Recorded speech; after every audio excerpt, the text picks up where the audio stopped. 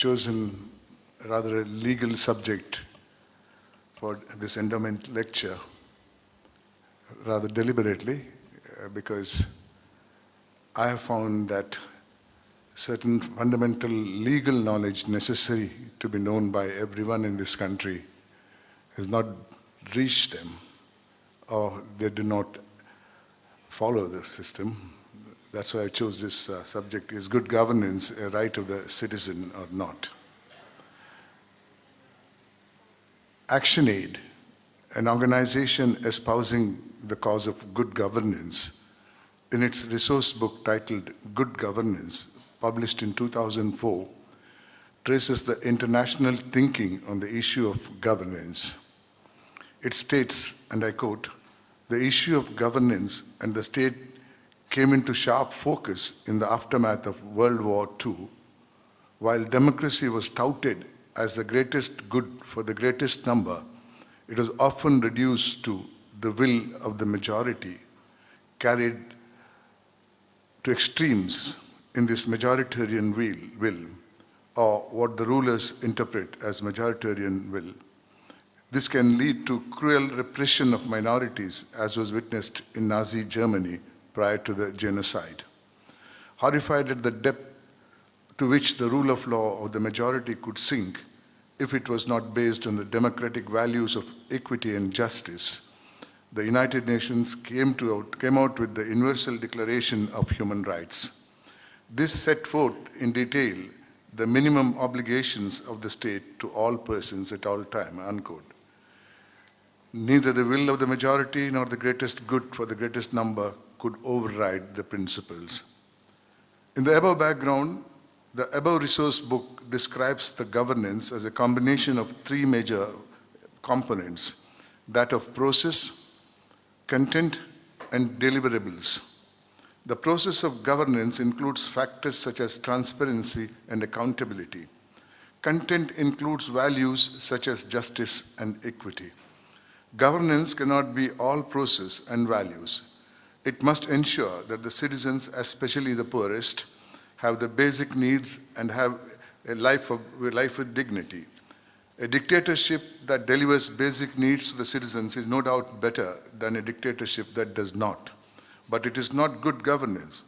Similarly, regular elections alone do not translate into good governance. Rule of law that is transparent but unjust certainly is not good governance. It's only when all these three conditions are fulfilled, the governance becomes a good governance. Good governance implies an administration that is sensitive and responsive to the needs of the people and is effective in coping with emerging challenges in society by framing and implementing appropriate laws and measures. It includes strict rule of accountability. It could be centered on community groups or individuals and based on a notion of right as inherent in comprising duties. Rulers must be strictly bound by generally accepted norms and controlled by institutions to enforce those. It is in the above understanding of good governance I propose to place this paper of mine on this topic. India fought for its independence not only from foreign domination and to regain its sovereignty, but also to be governed by ourselves. It wanted a government of the people, by the people, and for the people. Under the Indian Constitution, people who administer the country have a special status. They have been recognized as the executive. The executive, the legislature, and the judiciary form three main pillars of the Constitution. The Constitution of India envisages an independent executive. Its connection with the legislature is only through cabinet. The duties and powers to be exercised by the executive are governed by the transaction of business rules made under Articles 77 and 166 of the Constitution. The executive can be broadly divided as political executive, that is the cabinet, and the bureaucrats who actually administer the country at various levels in their hierarchy. To give good governance or administration, the Constitution provides for separate administrative services both at the center and at the state. The members of the bureaucracy are selected with prescribed educational qualification and through competitive examination. Thereafter, they are trained in the art of public administration. While the political executive, which is the cabinet, is selected from the elected representatives, for them no educational qualification or experience is prescribed. They come to the legislature through elections and on being appointed to the cabinet as ministers become the political executive. Obviously, this type of dual executive system is adopted by the Indian Constitution with a view to give the executive a people-friendly look. In their own areas, political executives and the bureaucrats have to work independently.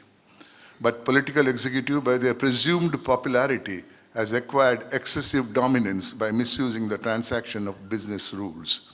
If these rules were to be used only for the object for which they are incorporated in the Constitution, then the bureaucrats would have been the true administrators and would have been instrumental in providing good administration, which is a fundamental right of the citizens of India.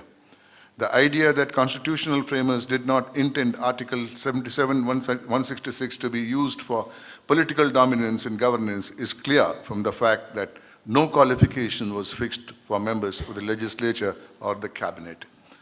Over the years, political dominance in the guise of representing people's will has overshadowed the importance of bureaucracy. This dominance is not resisted by many in the bureaucracy. On the contrary, many willingly or meekly submitted to this dominance, because of which good governance has suffered. Lack of good governance was perceived by the country as far back as in 1960 itself. Therefore, an Administrative Reforms Commission was constituted, which in its report submitted in 1966, among other recommendations, also recommended the creation of Indian type of ombudsman called the Lokpal at the center and Lokayukta at the state level. However, till date, no Lokpal is appointed.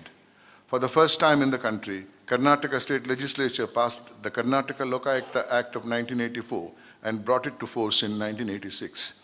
Though not all, some other states have also followed this step. Need for existence of this institution is reiterated by the Second Administrative Reforms Commission in its report made in the year 2007, which officially indicates that maladministration still continues. Good governance can be provided by public servants only if they realize that they are not the masters of the people, but they are only servants of the people and that owe a duty to the people. For this, they will have to follow certain principles of Rajadharma. The ingredients of Rajadharma is enumerated in a report prepared by Lord Nolan of United Kingdom, which is known as the Standards in Public Life. This report, though prepared with reference to governance in Great Britain, the same is ipso facto applicable to the governance in India. Lord Nolan has laid down 7 principles of public life. One is selflessness, other is integrity, third is objectivity, fourth is accountability, fifth is openness, sixth is honesty, and the seventh is holders of public office have a duty to declare any private interest relating to their public duty and to take steps to resolve any conflicts arising in the way that protects the public interest.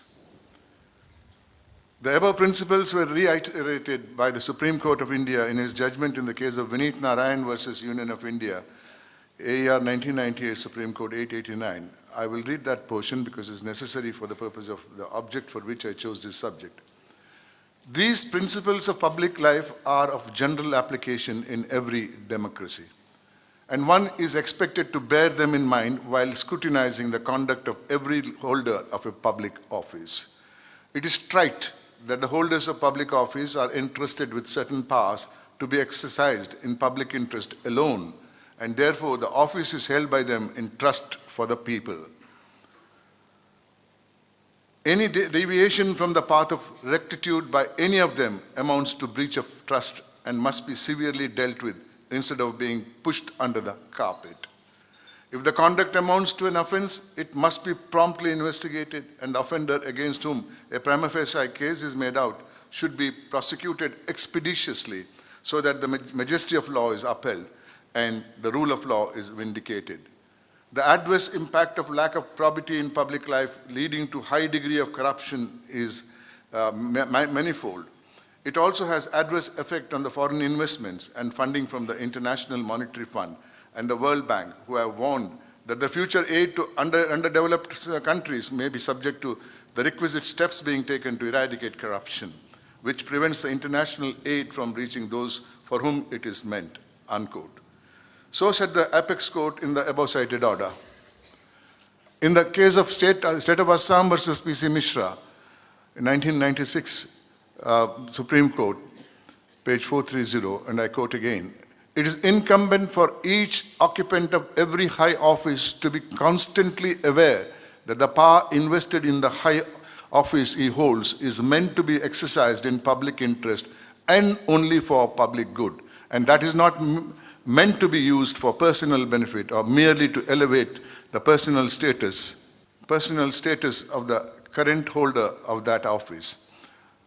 Constant awareness of the nature of this power and the purpose for which it is meant would prevent situations leading to clash of egos and result and fall in the determination to the public interest," unquote. There is no doubt under the Indian Constitution, the executive, both political and bureaucratic, are very powerful organs.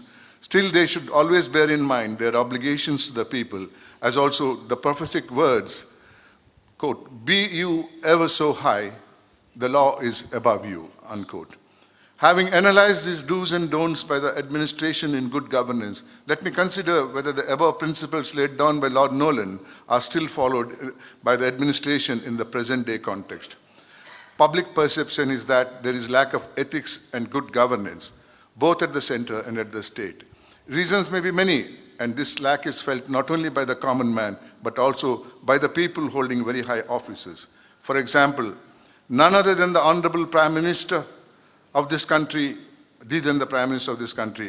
on 15th of April 2007, addressing the 2006 batch IAS probationers stated, it is quoted in Deccan Herald, dated 16th of May 2007, and I quote, "The barriers of administrative and political corruption should be tackled by upcoming bureaucrats and quality of governance improved at all levels to build an India worthy of its dreams. If there are barriers, yes, there are barriers in our country, in our good governance, in our governance process. It's a fact that there is a lot of corruption, both at the political level and at the administrative level. We must take it head on," and unquote.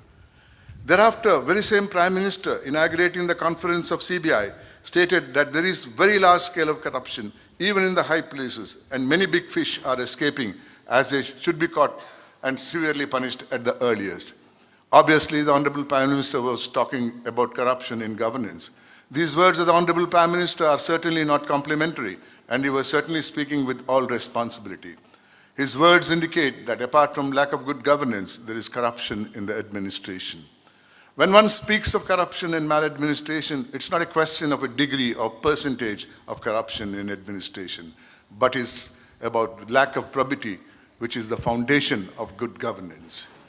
Then the governor of Karnataka, Sri T. N. Chaturvedi, who was a bureaucrat himself, in his last Republic Day address said, and I quote, "Corruption is not merely a dirty word. It describes a dirty act. We need to have policies of zero tolerance towards all acts of corruption. We need to assert that there is no difference between a small act of corruption and major instance of malfeasance. There is no such thing as petty corruption. There is corruption per se.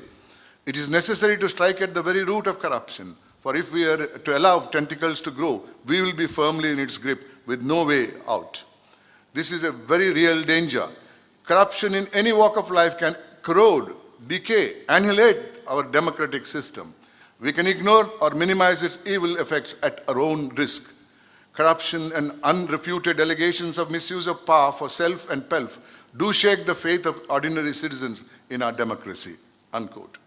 The views expressed by the Honorable Prime Minister of the country and then the Chief Executive of the state are truly reflecting the perception of the common man also. The Honorable Prime Minister has spoken, the Governor of State has spoken, many leaders holding high political offices have spoken about corruption. But who amongst them will bell the cat? Certainly, they cannot expect an ordinary citizen to take steps to bring about this change without there being a will power on the part of the people in governance or tackle corruption. It's one thing to talk about corruption and maladministration and another to act against it. But what action the people in the helm of affairs are taking to stem out this rot? Country does not need to be reminded time and again about this evil. The country wants to know what is being done about it.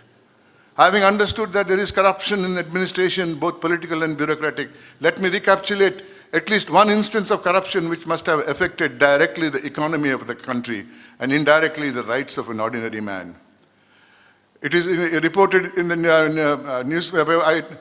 news item in Times of India that out of very many lakhs and crores released by the government of India for eight national schemes, it is reported that none other than the CAG, that at least 51,000 crores allocated to these schemes have not been accounted.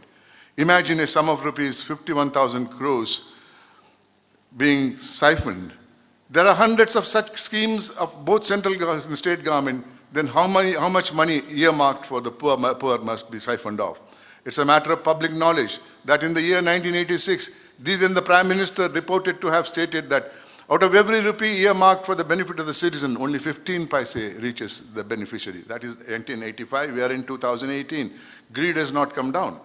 This almost means that it is only 10% of the amount sanctioned reaches the poor. If this inference is justly drawn, it shows that the country spends 10% of its expenditure on an ordinary man. If so, where does the balance 90% go? Put conversely, if 90% of the budget amount reaches the ordinary man, guess what would be the benefit poor will get? If we apply this factual statement made by then the Prime Minister, at least to the amount allocated to the benefit of the ordinary citizens of India, the annual budget of the central government, then you will notice the magnitude of corruption. It is said that towards the revenue expenditure, the annual budget provides for 8,97,232 crores of rupees annually for the ordinary citizens. Out of this, as per the late Prime Minister, only 15 paise reaches the beneficiary and 85% of the amounts go unaccounted. This single fact will show the effect of corruption and good governance. It is because of this type of governance, even after 72 years of the independence and 66 years of the democracy, the poor has remained poor and the rich has become richer. If one has to see the effect of corruption and governance, then one has to go to the public office and try to seek an interview with a public servant and experience whether it is possible to get an interview with a public servant at any hierarchy without pocketful of money to bribe him or the political backing the person has. If one makes an audit of the time spent by bureaucrats in every level of their work, I'm sure that the said report will show that most of the time the bureaucrats are not in their designated places, but are in so-called meetings with the political bosses. India, which boasts of largest democracy in the world and which is supposed to be ruled by the government of the people, seems to have lost the true meaning of the word democracy. Let me try and find out briefly the cause of this malice. Our constitution contemplated an independent legislature, executive and judiciary. Over the years, for reasons well known, the legislature and the bureaucracy seems to have merged into one group, like the conjoined twins, one supported by the other. If our constitutional organs like executive is independent and honest, there could be no political corruption and vice versa. If there is corruption as stated by the Honorable Prime Minister, then as I believe it to be true, then it is because of the collective greed of the elected representatives and bureaucracy. Has the government made any efforts whatsoever to fight corruption is a moot question. Originally, when Indian Penal Code was drafted, it contained a provision against almost all crimes that was perceived by the society, which included corruption. When a particular crime grows out of proportion, the legislature makes special laws to fight, and the same like Anti-Terrorist Act offences and offences against women. In 1947 itself, the government of the time perceived that the corruption had reached a stage which required a special law other than the Penal Code to deal with and codified it.